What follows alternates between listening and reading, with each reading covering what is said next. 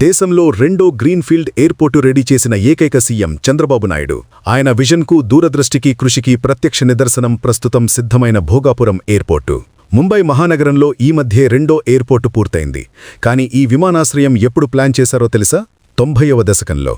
అంటే దేశ ఆర్థిక రాజధానిలో ఎయిర్పోర్టు నిర్మాణానికి 25 ఏళ్లకు పైగా సమయం పట్టింది.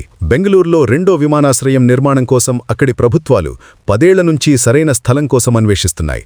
ఎప్పుడు ప్రారంభమవుతుందో, ఎప్పుడు పూర్తవుతుందో తెలియదు. కానీ విశాఖపట్నంలో భోగాపురం ఇంటర్నేషనల్ ఎయిర్పోర్టు నిర్మాణం పూర్తయింది. ట్రయల్ రన్కి ఏర్పాట్లు జరుగుతున్నాయి. 6 నెలల్లో కమర్షియల్ ఆపరేషన్స్ ప్రారంభమవుతాయి.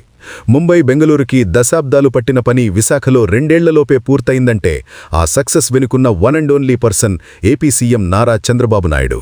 తెలంగాణ విభజన తర్వాత కొత్తగా ఏర్పడిన ఆంధ్రప్రదేశ్ రాష్ట్రానికి తొలి ముఖ్యమంత్రిగా బాధ్యతలు తీసుకున్న చంద్రబాబు భోగాపురంలో ఇంటర్నేషనల్ ఎయిర్పోర్టు నిర్మించాలని 2016లోనే ప్లాన్ చేశారు.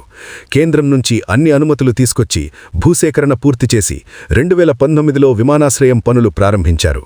తర్వాత వచ్చిన వైసీపీ ప్రభుత్వం ఎయిర్పోర్టు వర్క్ను ఆపేసింది. 2023లో అప్పటి సీఎం జగన్ మరోసారి శంకుస్థాపన చేశారుగాని పనులు ముందుకెళ్లలేదు. 2024లో కూటమి సర్కారు అధికారంలోకి వచ్చాక సీఎం చంద్రబాబు భోగాపురం ఎయిర్పోర్టు పనులను పరుగులు పెట్టించారు. కేవలం ఏడాదిన్నర సమయంలోనే అత్యుత్తమ ప్రమాణాలతో ఇంటర్నేషనల్ ఎయిర్పోర్టు నిర్మాణం పూర్తి చేసిన రికార్డు ముఖ్యమంత్రి చంద్రబాబుకే సొంతం. ఉమ్మడి రాష్ట్రంలో 5,000 ఎకరాల్లో శంషాబాదులో గ్రీన్ఫీల్డ్ ఇంటర్నేషనల్ ఎయిర్పోర్టు ప్లాన్ చేసింది కూడా అప్పటి సీఎం చంద్రబాబు.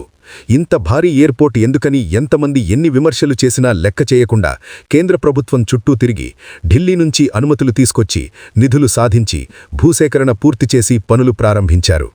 తరువాత ప్రభుత్వం మారినా బాబు ప్లాన్ ప్రకారమే విమానాశ్రయం నిర్మాణం జరిగింది. అందుకే 25 ఏళ్ల తర్వాత ఇప్పుడు ప్రయాణికుల సంఖ్య, విమానాల ట్రాఫిక్ భారీగా పెరిగినా హైదరాబాద్కి మరో ఎయిర్పోర్టు అవసరం రాలేదు. అది చంద్రబాబు విజన్ అంటే. కల కనాలి, దాన్ని సాధించాలి అని అంటారు మాజీ రాష్ట్రపతి రాకెట్ మ్యాన్ అబ్దుల్ కలాం.